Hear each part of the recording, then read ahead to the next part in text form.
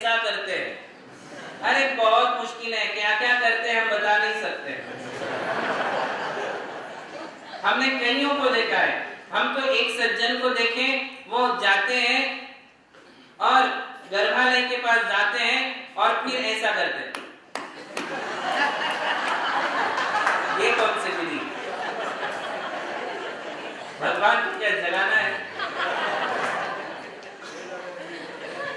मैं आपको कह रहा हूं कि जितने लोग हैं उतने प्रकार हैं देव दर्शन के। इसलिए हमारे लिए सीखना बहुत जरूरी है। ऐसा क्यों होता है? क्योंकि आप हिंदू टेंपल भी जाते हो, चर्च में भी चले जाते हो, कभी मुस्लिम की मजार पे भी चले जाते हो, किसी भी मंदिर में चले जाते, फिर वहां का देख करके आते हो कि वो कैसा करते हैं, ये कैसा करते हैं। कई लोग तो यहाँ मंदिर में आकर के करते हैं। ये सारी गलतियां क्यों हो रही है? क्योंकि हमें देव दर्शन विधि मालूम नहीं। तो हमारे लिए अपने जैन शास्त्रों के अनुसार जैनिज्म ने जैसा सिखाया है वैसे ही दर्शन करने चाहिए। इसलिए हमने पंचांग नमस्कार स्टार्ट किया। कैसे किया? कैसे बैठे हम लोग? गवासन में बैठ सकते हो, थोड़ा प्रयोग करिए गवासन में बैठने का। जो लोग जीन्स पैंट पहनते हैं उनको बड़ी दिक्कत जाएगी। यदि आप टाइट कपड़े पहनोगे तो टाइट कपड़े में गवासन में बैठना थोड़ा मुश्किल हो जाता है। इसलिए भगवान के दर्शन यदि करना है तो हमारे लिए कपड़ों का ध्यान रखना भी बहुत आवश्यक है। बात नहीं करेंगे, जिसको आता है वो बैठे, नहीं तो आप जो जैसे वैसे। भगवान के दर्शन के लिए इसलिए कपड़ों का ध्यान रखिए। थोड़ा ऐसे मतलब जो ढीले हो ऐसे कपड़े पहनिए। कुर्ता पायजामा हो तो आप आराम से दर्शन कर सकते हो, नहीं तो फिर मंदिर जी में आकर के शुद्ध होकर के धोती दुपट्टा पहन लो, फिर दर्शन करो तो आप आराम से कर सकते हो। टाइट कपड़ों में थोड़ा सा दिक्कत जाएगी। तो फिर आप लोगों जो है, सबसे पहले हम गवासन में बैठे। गवासन में बैठने के बाद हाथ जोड़ा और हाथ जोड़ करके 3 आवर्त की। इसे आवर्त कहते हैं। क्या कहते हैं? एंटी क्लॉकवाइज, लेफ्ट हैंड की तरफ पहले हाथ जाएगा और ऐसे, किंतु घूमेगा क्या? केवल पंजा। ये पंजे ही घूमेंगे। यहाँ से आपको मूव करना है पंजों को, यहाँ से नहीं, ये यहाँ से नहीं या यहाँ से नहीं, बिल्कुल ऐसे नहीं करना। केवल पंजे ही घूमना चाहिए, वो भी छाती के सामने ही हो, मुंह के सामने नहीं। मुंह के सामने आ जाएगा तो भगवान ही नहीं दिखेंगे। छाती के सामने ला करके 3 बार ऐसे आवर्त करें। आवर्त शब्द का अर्थ है भंवर। मालूम है आपको? समुद्र में, नदी में कभी भंवरें आती हैं, क्या बोलते हैं उसको इंग्लिश में? बॉलफुल। हाँ, जो भी, तो उसे भंवर कहते हैं। ये भंवर क्या होती है पता है? यदि उस भंवर में कोई आदमी फंस गया तो फिर वो बचने वाला। जो भंवर में फंसा वो गर्त में गया, वो भंवर उसको दूर तक ले जा सकती है, डुबा सकती है। ऐसी वो भंवर होती है। तो ये आवर्त शब्द करता है भंवर। और इस संसार में 3 प्रकार की भंवरें हैं, जन्म, जरा और मृत्यु। जन्म, मरण और इन दोनों के बीच में है बुढ़ापा। ये 3 भंवरें हैं। जो इनमें फंस जाता है वो जल्दी इनसे उभर नहीं पाता है। तो हम इसको उल्टा घुमाते हैं कि हम ऐसा भ्रमण करते आए हैं, अब हमको उसमें से सुलझना है।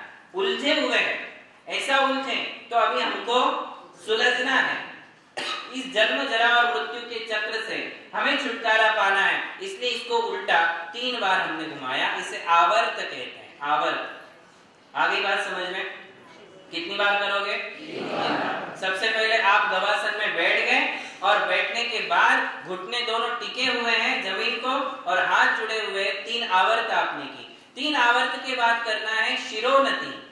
एक शिरोनति। शिरोनति का अर्थ है शिर। शिर यानी ये इतना भाग, इसे सिर कहते हैं। नति यानी झुकाना, तो सिर को झुकाना इसे कहते हैं शिरोनति। अभी पूरा नमस्कार नहीं, केवल सिर झुकाना है। तो यहाँ आपके हाथ है, 3 आवर्त हो चुके हैं। आवर्त के बाद हम सिर झुकाएंगे ऐसे यहाँ तक। इसको हम ऊपर नहीं ले जाएंगे, यहाँ तक हम सिर को झुकाएंगे। इसे कहते हैं शिरोनति। केवल मान ही झुकना चाहिए, पीठ नहीं झुकेगी। केवल क्या झुकेगी? मान ही झुकेगी, इसे कहते हैं शिरोन्नति। ये शिरोन्नति होने के बाद अब आप पंचांग नमस्कार करोगे। आपके दोनों हाथ आगे जाएंगे। देखिए नमस्कार कैसे होगा। दोनों हाथ आपके आगे जाएंगे, यहाँ एल्बो तक ये दोनों हाथ जोड़ करके कोहनी तक जमीन से टच करोगे और टच करने के बाद दोनों हाथों के बीच में अपना सिर रखोगे, बीच में, और वो सिर में हमारा नाक भी वहां टच होना चाहिए। ये पूरा सिर यानी हमारी ये माथा और नाक ये दोनों जमीन से टच होना ही चाहिए। नाक टच होना बहुत जरूरी है। क्यों जरूरी है? हाँ, मतलब जो हम अहंकार बाहर छोड़ के आए थे मानस स्तंभ के पास, उसका ये प्रदर्शन है, उसका ये प्रतीक है कि मैंने आपके सामने नाक टेक दी है। नाक हम टेकते क्या किसी के सामने? कोई किसी के सामने नाक नहीं टिक सकता है। आदमी भगवान के सामने बहुत इजीली झुक जाता है, गुरु के सामने झुक जाता है, बाकी किसी के सामने शिरोन्नति नहीं होती है। शिरोन्नति भी नहीं होती है तो नाक कहां से टच होगा? नहीं होता है। किंतु हमने भगवान के सामने ये स्वीकार कर लिया कि जो नाक सब जगह आड़ी आती है वो आपके सामने आड़ी नहीं आएगी। भगवान के सामने, गुरु के सामने हमारा गर्व नहीं है, घमंड नहीं है, अहम नहीं है। इसलिए हम नमस्कार में क्या करते हैं? अपना सिर टेक देते हैं, नाक भी वहां टच करते हैं। इसे कहते हैं पंचांग नमस्कार। ये पूरी एक प्रक्रिया है। अब आप सोचिए कि हम कितनी तरीके से नमस्कार करते हैं। कई लोग खड़े खड़े करते हैं, कई लोग खड़े खड़े आधे ही झुक जाते हैं, कई लोग घुटने पर बैठ के करते हैं, फिर ऐसा करके निकल जाते हैं। अभी आवर्त हम नहीं करते, शिरोन्नति नहीं करते, पांचों अंगों का प्रणाम भी नहीं करते। अब जिन लोगों के लिए ये कंफर्टेबल नहीं है गवासन में बैठना, क्योंकि अब पेट भी इतना आगे आ चुका है कि ये संभव नहीं है कि गवासन में बैठ करके हम पूरा पांचों अंगों को जमीन से स्पर्श कर सके। इसलिए ये दूसरा प्रकार है जो आप लोग करते हो, जो घुटने पर बैठ करके आप करते हो, वो भी कर सकते हो। यदि गवासन पॉसिबल नहीं है तो गवासन में बैठकर नहीं, जो पतला आदमी होगा, जिसका पेट लेवल में होगा या अंदर होगा, वही गवासन कर सकता है। यदि पेट आगे है तो फिर एक निश्चित समय तक ही आप झुक सकते हो, उसके आगे आप झुक नहीं सकते हो। अपने आप हम जो है फिर सीधे हो जाते हैं। तो आपके लिए घुटने में बैठ करके यदि करना है तो उसमें भी पंचांग नमस्कार होता है। देखिए कैसे, घुटने तो टिक गए, दो अंग ये हो गए। अब आपके लिए सेम प्रोसीजर, आवर्त करना, शिरोन्नति करना और फिर घुटने पर बैठे बैठे ही यहाँ तक। अब आपका पेट आड़ा नहीं आएगा, उस प्रोसीजर में पेट आड़ा नहीं आता है। अब कर सकते हो आप, तो आप जो है दोनों हाथ आगे करिए, एल्बो तक जमीन से स्पर्श कीजिए और अपना सिर भी झुकाइए। धीरे धीरे प्रैक्टिस करोगे तो उसमें आपका पंचांग नमस्कार पूरा हो जाएगा, दोनों तरीके से। किंतु महिलाएं नहीं कर सकती। महिलाएं ऐसा बैठे बैठे जो करती हैं वो ठीक भी नहीं लगता है, दिखने में भी अच्छा, शोभादायक नहीं है। आपके लिए तो गवासन में बैठ करके ही करना चाहिए। जो लोग रोज पंचांग नमस्कार करेंगे उनका पेट आगे आएगा ही नहीं, व्यायाम होता जाएगा, अपने आप ये हमारे लिए लाभ होता जाएगा। तो पंचांग नमस्कार करने की ये विधि है, ये पहला पंचांग नमस्कार है। और पूरी देव दर्शन विधि में कितनी बार पंचांग नमस्कार आएगा? 3 बार। 3 बार पंचांग नमस्कार जिसमें होता है वही देव दर्शन पूर्ण माना जाता है। आई बात समझ में? तो ये पहला हुआ। अब और एक बार रिवाइज करें। हमने सबसे पहले क्या किया? मंदिर के बाहर आकर हाथ और पांव धोए। दूसरी स्टेप में हमने मानस्तंभ को परिक्रमा और प्रणाम किया। तीसरी स्टेप में हम मुख्य दरवाजे के पास आकर के चेहरे को प्रणाम करते हैं। फिर राइट लेग से हम एंट्री करते हुए ओम जय जय जय निस्सही निस्सही निस्सही इतना बोल करके आगे बढ़ते हैं। 3 बार घंटा बजाते हैं। घंटा बजाने के बाद हम मुख्य वेदी के पास जाते हैं। वेदी के पास जाकर थोड़े क्षण हम भगवान को निहारते हैं और निहार करके पहले क्या करते हैं? पंचांग नमस्कार करते हैं। प्रातः समुत्थाय जिनेन्द्र बिंबम पश्येत् परम मंगलदान दर्शम। देव दर्शन की विधि चल रही है।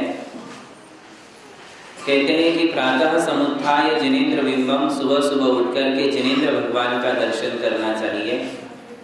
परम मंगलदान दर्शन, जो हमारे लिए परम मंगल का कारण है। भगवान के दर्शन में अटूट आस्था एवं श्रद्धा होना परम आवश्यक है।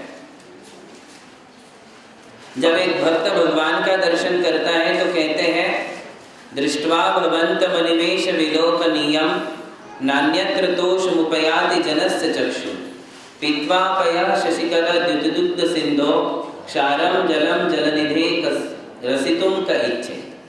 ये भक्तामर जी की कुछ पंक्तियां हैं और इसमें कहा कि भक्त अपनी भक्ति को कैसे चरम सीमा तक ले जाता है और वो मन में भावना करता है कि जब मैं भगवान को देखता हूँ तो कैसे देखता हूँ, अनिमेष, दृष्ट्वा भवन्त मनिमेष, अनिमेष देखता हूँ। अनिमेष का मतलब समझते हो, ये हमारी जो पलक झपकती है उसे निमेष कहते हैं।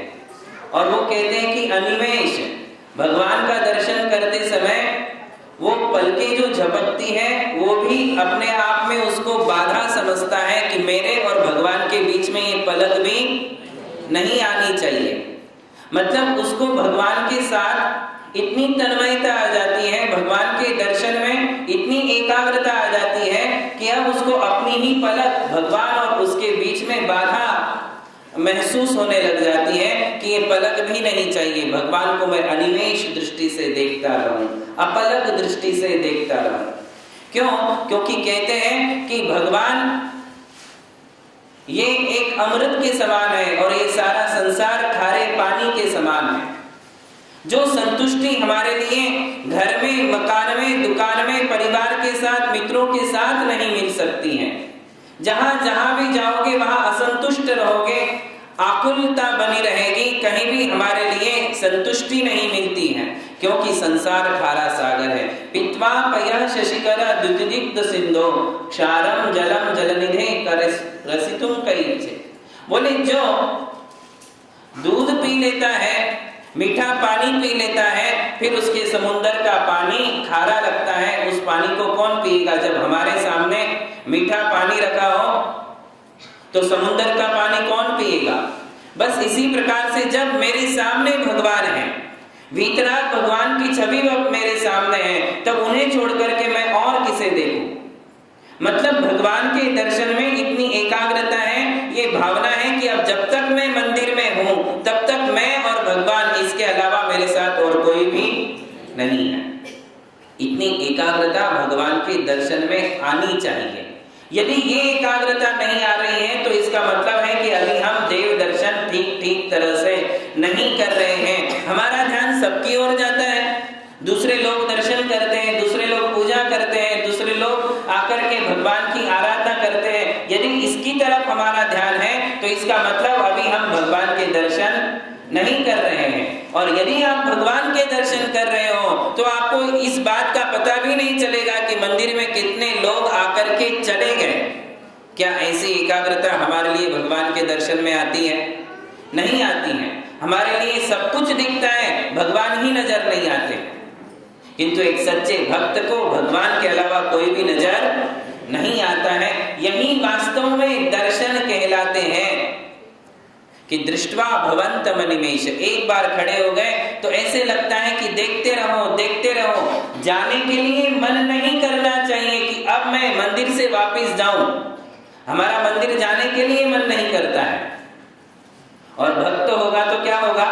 एक बार मंदिर में आ गया, भगवान के सामने खड़ा हो गया, दर्शन करने लग गया, तो उसे लगता है कि अब भगवान को छोड़ करके मुझे मंदिर के बाहर नहीं जाना है। जाता भी है तो बेमन से। कैसा जाता है?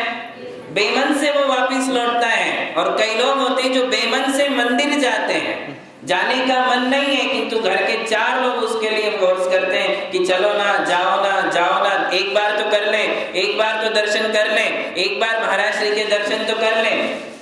इसे कहते हैं बेमन से जाना। और एक स्वेच्छा होती कि नहीं, आज मुझे जाना ही है, मुझे दर्शन करना ही है। स्वेच्छा से जाता है, मन से जाता है और बेमन से लौटता है। इसे कहते हैं भक्ति, इसे कहते हैं दर्शन। तो ऐसे दर्शन हमारे लिए प्रतिदिन भगवान के करने चाहिए। शांति भक्ति में कहा है, क्रुद्धाशिर विष दुष्ट दुर्जय विष ज्वालावली विक्रमो विद्या भेषज मंत्र तो यह वनैर्यातिम प्रशांति यथा। कितनी बढ़िया बात कही। बोले क्रुद्ध आशीर्विष सांप होगा, उस सांप को वश करने के लिए मंत्र होते हैं, उस सांप को वश करने के लिए जैसे कोई हवन करना पड़ता है या दवाई का प्रयोग करना पड़ता है, बस इसी प्रकार से हमारे लिए तो आप ही मंत्र हैं, आप ही हमारे लिए औषधि हैं, आप ही हमारे लिए एक प्रकार के हवन कुंड हो। भगवान के दर्शन हवन करने से कम नहीं है, भगवान के दर्शन मंत्र जाप करने से कोई कम नहीं है, भगवान के दर्शन औषधि से कोई कम नहीं है। विघ्ना काय विनायकाश्च सहसा शाम्यंत हो विस्मया। केवल भगवान की ओर मुख करना है, और कौन सा, ये चेहरा नहीं, अपना मन बनाना। स्तोत्रोन्मुखानां नृणाम, कि भगवान की तरफ हमने अपना जाने का मन बना लिया। केवल इतना भर कर लेने से हमारे लिए अनेकानेक उपवास का फल मिलने लग जाता है। देखिए बहुत बढ़िया बात पद्म पुराण जी में आई है, उसमें कहा जब चिंते तब सहस फला। जब हम घर पर रह करके केवल यही चिंतन करते हैं कि मुझे आज भगवान के दर्शन करना है, बस इतना चिंतन किया, इतना अपना मन बनाया, ऐसा संकल्प किया, तो कहते हैं सहस फला, 1000 उपवास का फल उसे केवल इतने संकल्प मात्र करने से मिलता है। क्या करने से? कि मुझे आज भगवान के दर्शन करना है, इतना चिंतन करने से 1000 उपवास करने का जो फल है वो फल केवल इतने चिंतन करने से मिल जाता है। जब चिंते तब सहस फला लखा गमन करे, और जब ये संकल्प करके नहा धो करके वो मंदिर के लिए प्रयाण करता है, मंदिर के लिए चलने लगता है, आधे रास्ते में होता है, तो कहते उसके लिए 1 लाख उपवास का फल मिलता है। इतना फल उसके लिए मिलता है, ये हमारे लिए अनुभूति का विषय है। और कहते हैं होय अनंत फला तवे जब जिनवर दर्शे, और जब साक्षात भगवान के सामने आ जाता है और बड़ी भक्ति भाव से हाथ जोड़ करके प्रसन्न मन से जब भगवान के दर्शन करता है, तो उसके लिए अनंत उपवासों का फल प्राप्त होता है। ये केवल देव दर्शन की महिमा है। फिर पूजा और अभिषेक की बात तो बहुत दूर है, केवल देव दर्शन की महिमा ये बताई गई है कि भगवान के साक्षात दर्शन कर लेने से उसके लिए एक अनंत उपवास करने का फल प्राप्त हो जाता है। ऐसे ही जिनेंद्र भगवान के दर्शन है, इसे हमें विधि पूर्वक करना है। महावीर भगवान की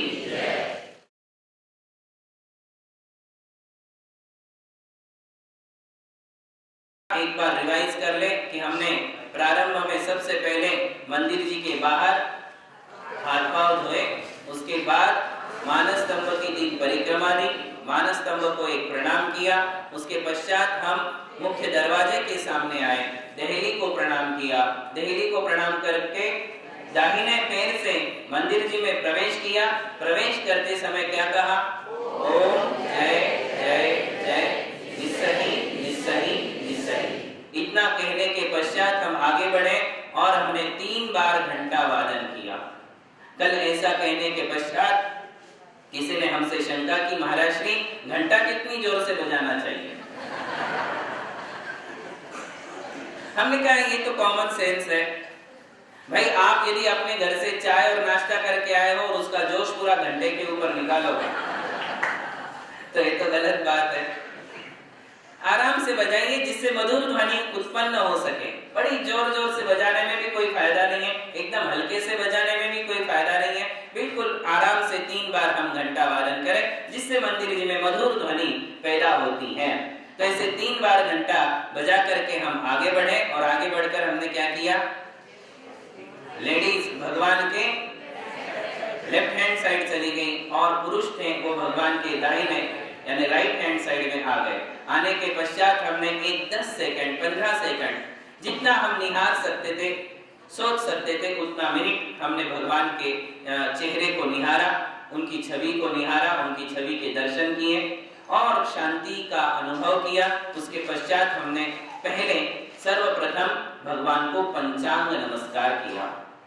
पंचांग नमस्कार करने की विधि कल हमने आप लोगों के लिए सिखाई थी कि कैसे 3 आवर्त करना, कैसे शिरोन्नति करना और इसके लिए सबसे पहले गवासन में बैठना। गवासन में बैठ करके और फिर 3 आवर्त, एक शिरोन्नति और उसके बाद 5 अंगों को जमीन से स्पर्श करते हुए नमस्कार करना। वे 5 अंग थे, 2 घुटने, दोनों हाथ की कोहनी और सिर और नाक, इसको जमीन से स्पर्श करते हुए प्रणाम करना। देखिए कई लोग साष्टांग प्रणाम करते हैं। साष्टांग प्रणाम भी हमारे यहाँ है, किंतु वो बोलने में और लिखने में अच्छा लगता है, करने में उतनी सभ्यता महसूस नहीं होती है। वैसे भी हमारे मंदिर कोई बहुत लंबे चौड़े और बड़े नहीं होते हैं, छोटे होते हैं, और ऐसे में कई लोग जो है सो करके प्रणाम करते हैं। पंचांग नमस्कार की विधि में आप देखिए तो थोड़ा सा सभ्यता और शिष्टता नजर आती है, किंतु आप सो करके प्रणाम करोगे तो ऐसी कोई विधि हमारे मंदिर में या शास्त्रों में नहीं है। साष्टांग प्रणाम ये बोलने में अच्छा लगता है, और हमने तो एक प्राचीन श्लोक पढ़ा था, कर्नाटक में एक ग्रंथ हमारे लिए प्राप्त हुआ था, उसमें अष्टांग नमस्कार किसे कहते हैं उसकी परिभाषा बहुत सुंदर तरीके से बताई थी कि बोले ये 5 अंग, दोनों घुटने, दोनों जो है ये हमारी कोहनी और हमारा सिर, ये 5 अंग तो ऑलरेडी है, और उसके साथ मन शुद्धि, वचन शुद्धि और इन तीनों की शुद्धि को जोड़ दो, यही साष्टांग प्रणाम है। ऐसा एक श्लोक हमने प्राचीन ग्रंथ में पढ़ा था। बाकी ऐसे सो करके जो प्रणाम करते हैं उसमें सभ्यता नहीं झलकती है, वो कोई प्रणाम नहीं है। और वैसे भी साष्टांग कहाँ होता है, देखिए आप, एक अंग तो फिर भी छूट जाता है, पीठ रह जाती है ना, बाकी 7 अंग तो लग जाते, पीठ कहाँ लगती। अब उसको पूरा करना है तो फिर उल्टा होना पड़ेगा, और ऐसा करने में सभ्यता नहीं झलकेगी, अच्छा नहीं लगेगा। इसलिए कौन सा प्रणाम करना, पंचांग नमस्कार ही करना, उसको बहुत ही अच्छा दिखता है, दिखने में भी अच्छा लगता है, करने में भी अच्छा लगता है। इसलिए पंचांग नमस्कार हमने पहली बार किया। आज हम इससे आगे बढ़ेंगे कि पहला पंचांग नमस्कार करने के पश्चात हमें खड़े होना है, खड़े होकर के हाथ जोड़ना है, और हाथ जोड़ करके 3 परिक्रमा प्रारंभ करेंगे। क्या करेंगे, पहला पंचांग नमस्कार करने के बाद 3 परिक्रमा करेंगे। परिक्रमा क्यों करते हैं, 3 ही क्यों करते हैं? पहली बात यह है कि देखिए हम परिक्रमा या तो गुरुओं की लगाते हैं आहारदान के समय 3 परिक्रमा, या तो भगवान की मंदिर जी में लगाते हैं, इसके अलावा और कई परिक्रमा लगाते हैं नहीं है। ये परिक्रमा क्या चीज है, तो पद्म पुराण में इसके लिए एक श्लोक आता है, यानी यानी तु पापानि कृतानि प्राग जन्मनि तानि तानि विनश्यन्ति परिक्रमातु पदे पदे। बहुत बढ़िया बात कही, बोले भगवान के चारों ओर से घूम करके जो परिक्रमा लगाई जाती है उसका क्या फल है, तो बोले यानी यानी तु पापानि कृतानि प्राग जन्मनि, पूर्व जन्मों में हमने जो कुछ भी पाप संचित किए हैं, पूर्व जन्म में या इस जन्म में जो पाप संचित हमारे द्वारा हुए हैं, वो सारे पाप परिक्रमा के एक एक डग पर हमारे नष्ट होते हैं। तानी तानी विनश्यन्ति, बोले वे सारे पाप एक एक करके नष्ट होते हैं। पर प्रदक्षिणा तु पदे पदे, प्रदक्षिणा में जितने कदम आप आगे चलते हो, जितने कदम आप लगाते हो, उतने कदम पे, हर कदम पर हमारा पाप नष्ट होता है। क्यों, किसका प्रभाव है ये हमारी परिक्रमा का प्रभाव नहीं है, जिसकी परिक्रमा आप लगा रहे हो उसका प्रभाव है। आप अपने घर की परिक्रमा लगाओगे तो कोई फायदा नहीं है, उससे पाप नष्ट होने वाले नहीं है, किंतु मंदिर जी की परिक्रमा लगाओगे पूरे, या फिर केवल गर्भालय की परिक्रमा लगाओगे तो उससे हमारे संचित पाप नष्ट होते हैं। क्योंकि हम किसकी परिक्रमा दे रहे हैं, जिनेंद्र भगवान की। और एक इसमें एक कारण ऐसा ध्यान में आता है कि हम चारों तरफ से ऐसी परिक्रमा क्यों लगाते हैं, पता है, क्योंकि भगवान जो होते हैं, देखिए थोड़ा फिलोसॉफी में चले कि भगवान ने क्या पाया है, भगवान ने केवल ज्ञान प्राप्त किया है। क्या प्राप्त किया, या 4 गुणों को प्राप्त किया, अनंत ज्ञान, अनंत दर्शन, अनंत सुख और अनंत शक्ति। ये 4 गुण हमारे भगवान में पाए जाते हैं, और ये 4 गुण शरीर के किसी पार्ट में या आत्मा के किसी पार्ट में नहीं है, वो सर्वात्म प्रदेशों में ये चारों गुण प्रकट हुए हैं, हर पार्ट में। ऐसा नहीं कि केवल सिर के पार्ट में ही अनंत शक्ति है, अनंत ज्ञान है, ऐसा नहीं। हम जो मनुष्य होते हैं अल्प ज्ञानी हैं, और हमारे लिए देखने के लिए आंखें चाहिए, सुनने के लिए कान चाहिए, चखने के लिए जीभ चाहिए, सूंघने के लिए नाक चाहिए, और सारे वातावरण को समझने के लिए स्पर्शन इंद्रिय चाहिए। हमारे भगवान आंखों से काम नहीं लेते हैं, कान से काम नहीं लेते, जिह्वा या नासा से काम नहीं लेते हैं। भगवान जो ज्ञान, भगवान का जो ज्ञान है वो ज्ञान किससे होता है? सीधे अंदर से, आत्मा से। किससे जानते हैं भगवान? आंखों से देखकर नहीं जानते, वो तो अपनी आत्मा से। यदि आंखों से देखकर जानेंगे तो केवल फ्रंट साइड का नजर आएगा, बैक साइड का नजर आता है क्या आपको? नहीं आता है। क्यों? क्योंकि आंखें साइड सामने का ही देखती हैं। और हमारे भगवान तो सामने का नहीं, पीछे का नहीं, आजू बाजू का नहीं, ऊपर नीचे का ही नहीं, किंतु वो पास्ट, फ्यूचर और प्रेजेंट सब कुछ जानते हैं। और ये सब कुछ आंखों से नहीं जाना जा सकता है, ये सब कुछ कानों से नहीं जाना जा सकता है। तो किससे जानते हैं? आत्मा से। किससे जानते हैं? तो ज्ञान उनकी पूरी आत्मा में है, और पूरी आत्मा में अनंत ज्ञान, अनंत दर्शन, अनंत सुख, अनंत वीर्य, पूरी वीतरागता उनके सर्वात्म प्रदेशों में प्रकट हुई है। इसलिए हम चारों ओर से उनकी परिक्रमा लगाते हैं कि भगवान की केवल चरण ही पूजनीय नहीं है, केवल सिर ही पूजनीय नहीं है, केवल पीठ ही पूजनीय नहीं है, बल्कि भगवान का संपूर्ण शरीर पूजनीय है, वंदनीय है। इसलिए हम भगवान का अभिषेक करते हैं। तो कैसे करते हैं?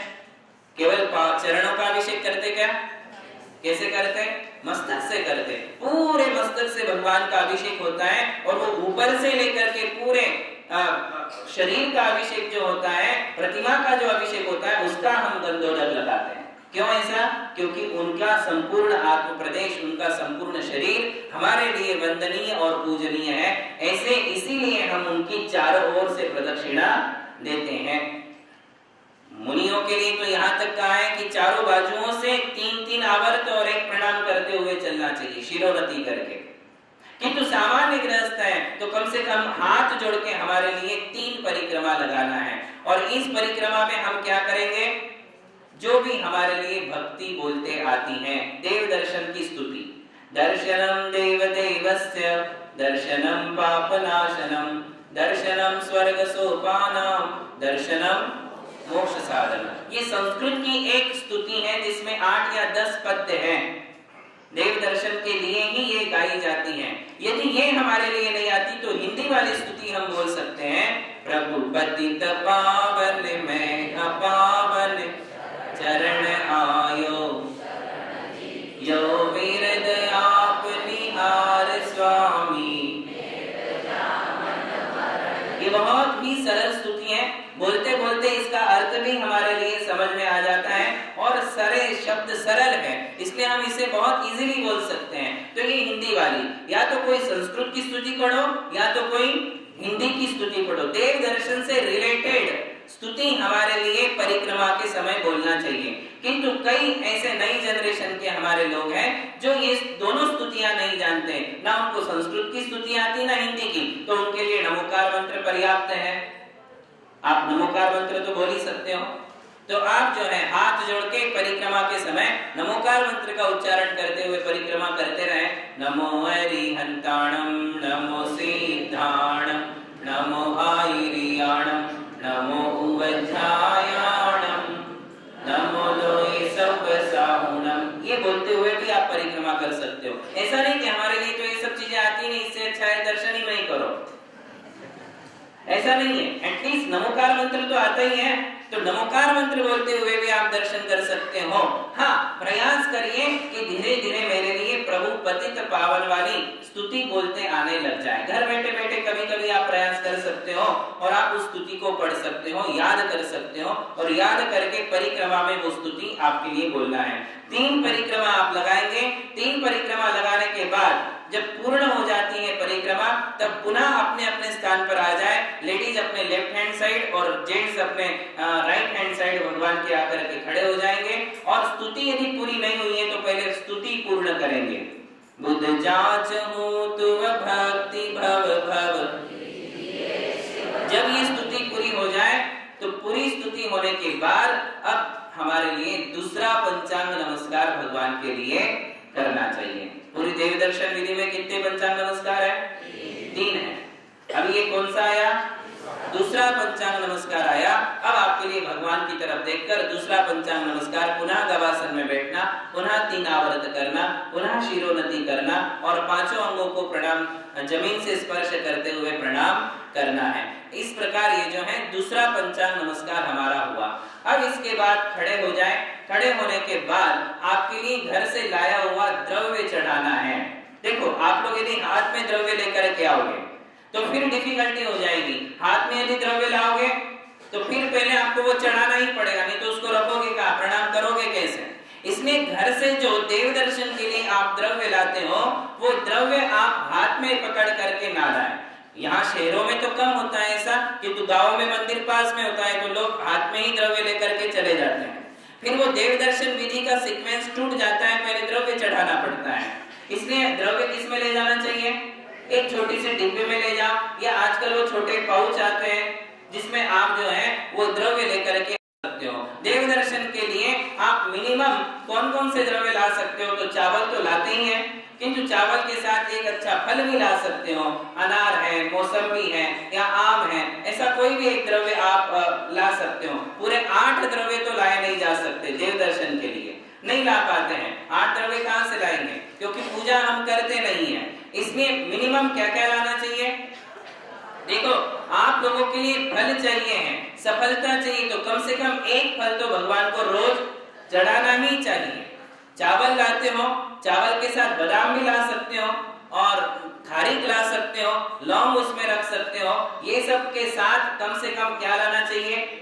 एक फल तो लाना चाहिए। देखिए, एक ऐसा फ्रेश एंड जूसी एक रसदार फल भी चढ़ाइए। सारा द्रव्य सूखा सूखा चढ़ाओगे तो थोड़ी अच्छा लगता है। हम अपने मेहमान को भी सूखा सूखा नहीं देते हैं, उसको भी कैसा देते हैं? अच्छा अच्छा देते हैं। तो ये तो 3 लोग के नाथ हैं, भगवान हैं, इनके लिए हम कैसे सूखा चढ़ा सकते हैं? कम से कम एक फल देव दर्शन करने वालों में, पूजा करने वाले तो लाते ही हैं, किंतु देव दर्शन करके यदि आपको वापस लौटना है तो थोड़ी सी विधि में हम ज्यादा से ज्यादा अच्छे से अच्छा क्या कर सकते हैं? तो द्रव्य लाए और द्रव्य के साथ एक फल जरूर लाए। अब ये लाए हो, किंतु चढ़ाना कैसे है? ऐसे ही कई लोग जो है द्रव्य लाते हैं और चढ़ा देते हैं, क्योंकि उनको बोलते नहीं आता है, मालूम नहीं है कि क्या बोल रहे हैं, उधर तक चंदन तक नहीं आ पाता है, तो वो ऐसे ही चढ़ा देते हैं। किंतु द्रव्य चढ़ाने की भी एक विधि है। कैसे चढ़ाए द्रव्य? देखिए, आपके पास चावल है, डिब्बी में चावल है, वो चावल लेना और सबसे पहले हमारे लिए 5 पुंज निकालना। 1 2 3 4 5 और 5 पुंज निकालते समय देखो, पुंज भी कैसे लेना? ऐसे चावल हाथ में लिया, हाथ में चावल लेने के बाद ऐसे चावल लेना और 5 पुंज निकालना और उस समय बोलना अरिहंत सिद्ध आचार्य उपाध्याय साधु या सर्व साधुभ्यो नमः। अरिहंत सिद्ध आचार्य उपाध्याय सर्व साधुभ्यो नमः। इसके 5 पुंज पहले निकालना। इसके बाद आगे 4 पुंज निकालना। ये विधि मैं देव दर्शन वालों के लिए बोल रहा हूँ। फिर आगे जो पूजा वगैरह करते हैं उनके लिए नहीं, क्योंकि वो आगे सारी क्रियाएं करने वाले हैं, किंतु हमें देव दर्शन करके वापस लौटना है, तो कम से कम इतना हम करें। 5 पुंज किसके निकालना? अरिहंत सिद्ध आचार्य उपाध्याय सर्व साधुभ्यो। इसके बाद उसके आगे 2 पुंज के बीच में 1 पुंज आना चाहिए। 4 पुंज निकालना है। कितने? 4। ये 4 है जिनवाणी के। हमारे यहाँ 3 नाम आते हैं, देव, शास्त्र और गुरु। तो पहले हमने 5 परमेष्ठियों के निकाले, अब हम जिनवाणी के निकालेंगे। जिनवाणी के 4 क्यों निकालते हैं? क्योंकि हमारी जो जिनवाणी है, हमारे जो शास्त्र है, वो 4 सेक्शन में बटे हुए हैं। प्रथमानुयोग, करणानुयोग, चरणानुयोग और शास्त्र। तो हमारे यहाँ हजारों हैं, हजारों ग्रंथ हैं, किंतु वो सारे ग्रंथ कितने में बटे हुए हैं? 4 सेक्शन में। उसे हम अनुयोग कहते हैं। वो 4 सेक्शन में बटे हैं, इसलिए जिनवाणी के 4 पुंज। हम जिनवाणी पढ़ते तो है नहीं, इतना समय नहीं है, न्यूज़पेपर से फुर्सत नहीं है, तो जिनवाणी कहाँ से पढ़ेंगे? तो जिनवाणी के लिए कम से कम हम पुंज तो चढ़ा सकते हैं, उसका स्मरण कर सकते हैं, उसको वंदन कर सकते हैं। इसलिए 4 पुंज निकाले और उस समय कहे प्रथमम कर्णम चरणम द्रव्यम नमः। 4 अनुयोग होते हैं, प्रथमानुयोग, कर्णानुयोग, चरणानुयोग और द्रव्यानुयोग। ये जिनवाणी के 4 सेक्शन है, उसके नाम है, तो उनका नाम लेकर के हमें ये चढ़ाना है। बोलिए पीछे हमारे, प्रथमम कर्णम चरणम द्रव्यम नमः। ऐसा बोल करके 4 पुंज, प्रथमम करणम चरणम द्रव्यम नमः। तो पहले अपन ने पंच परमेष्ठी के 5 निकाले, फिर जिनवाणी के 4 निकाले। अब उसके ऊपर पुनः 2 पुंज के बीच में 1 पुंज आना चाहिए, ऐसा एक आकार बनेगा। और उसमें 3 रत्नत्रय के, हमारे साधुओं के लिए, साधु रत्नत्रय के धारी होते हैं, उन्होंने 3 गुणों को प्राप्त किया है। हम सुनते रहते हैं, सम्यक दर्शन, सम्यक ज्ञान और सम्यक चारित्र। इसके 3 पुंज निकालना है, इसलिए बोलेंगे हम सम्यक दर्शन, सम्यक ज्ञान, सम्यक चारित्रेभ्यो नमः। बोले सम्यक दर्शन, सम्यक ज्ञान, सम्यक चारित्रेभ्यो नमः। ठीक है ना? तो ये 3 पुंज हमने निकाले, 5, 4 और 3। अब ये 3 निकालने के बाद सबसे ऊपर हमारे लिए उसी चावल से सिद्ध शिला का आकार निकालना चाहिए। सिद्ध शिला का ऐसा आधा, बिल्कुल छोटी सी एक कर्व, चंद्रमा होता है, दूज का चांद होता है, दूज द्वितीया का कैसा एक कर्व होता है, ऐसा छोटा सा निकालना चावल से, वो है सिद्ध शिला का आकार। किसका? जहां सिद्ध भगवान विराजमान है। और उसके बीच में 1 पुंज चढ़ाना चावल का, और वो 1 पुंज चढ़ाते समय सिद्ध भगवान का स्मरण करना, और उस समय बोलना, बोलिए हमारे पीछे, ओम ह्रीं श्रीं अनंतानंत परम सिद्धेभ्यो नमः। बात समझ में आ गई? इतना हमारे लिए बोलना चाहिए। अब देखो, ये बोलना यदि हम सीख नहीं पा रहे तो कम से कम 5 निकाल दो, 4 निकाल दो, 3 निकाल दो, सिद्ध से निकाल दो, और 1 पुंज तो रख दो। बोलना बाद में सीखना। कई लोग ये तो नहीं बोल पाएंगे, नए जो है, पुराने लोग तो बहुत हैं जिनको एक्सपीरियंस है, प्रैक्टिस है, वो कर लेंगे, किंतु जो नए जनरेशन वाले हैं, हमारे नए लोग हैं, वो लोग यदि रोज ये बोल नहीं पाते हैं, अभी तक प्रैक्टिस नहीं है, किंतु आप स्टार्ट कर सकते हो। आपको मालूम है कि ये क्या चीज है, ध्यान में है, उसके लिए आप निकालो, 5 पुंज निकालो, 4 निकालो, 3 निकालो, एक सिद्ध शिला का आकार निकालो, और 1 पुंज उसमें रख दो। महावीर भगवान की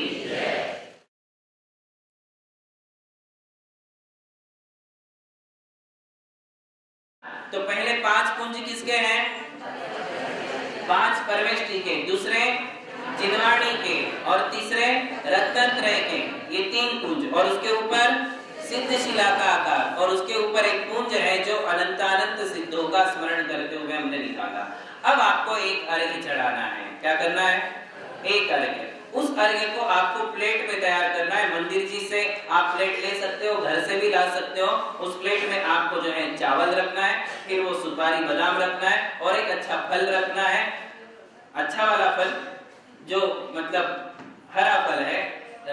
नारियल भी ला सकते हो, अपना जो हरा नारियल है वो भी ला सकते हो, जो आपको अच्छा लगे। चढ़ाते समय जिससे आनंद हो कि हमने कुछ चढ़ाया, ऐसा कोई फल, अनार है, मौसम्बी है, उसके बाद चीकू है, आम है, जो भी फल आपको चढ़ाने में आनंद आता है वो फल लेंगे, और फिर हम भगवान को अर्घ्य चढ़ाएंगे। अब अर्घ्य में क्या कहेंगे तो लगभग सबको आता है, किंतु प्रोनाउंसिएशन उसका करेक्ट नहीं है, उच्चारण सही नहीं है, वो उच्चारण हम सीख लें। उस समय हम बोलेंगे उदक चंदन तंदुल पुष्पकै चरु सुदीप सुधूप फलार्घ्यकै धवल मंगल गानर वाकुलै जिन गृहे जिननाथ महम यजे।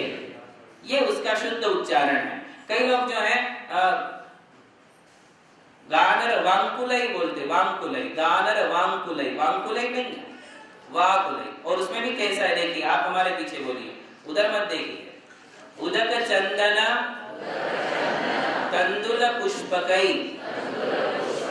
चरु सुदीप सुधूप फलार्घ्यकै धवल मंगल गान रवाकुलै।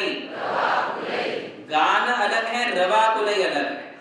गान यानी गा करके, बताता हुआ, और फिर जिन गृहे जिननाथ महम यजे। देखिए इसमें 8 द्रव्यों के नाम है। पूजा 8 द्रव्यों से होती है, अर्घ्य में 8 द्रव्य होते हैं। जैसे उदक, उदक यानी पानी, चंदन यानी चंदन, तंदुल यानी चावल, पुष्प यानी फूल, उसके बाद चरु यानी नैवेद्य, सुदीप यानी अच्छा दीपक, घी का, सुधूप यानी धूप, और फल, और उसके बाद अर्घ्य कई यानी इन 8 द्रव्यों को हमने ले लिया। चरु सुदीप सुधूप फलार्घ्य कई, अर्घ्य कई यानी इन 8 द्रव्यों को एक प्लेट में ले लेना, इसे कहते हैं अर्घ्य।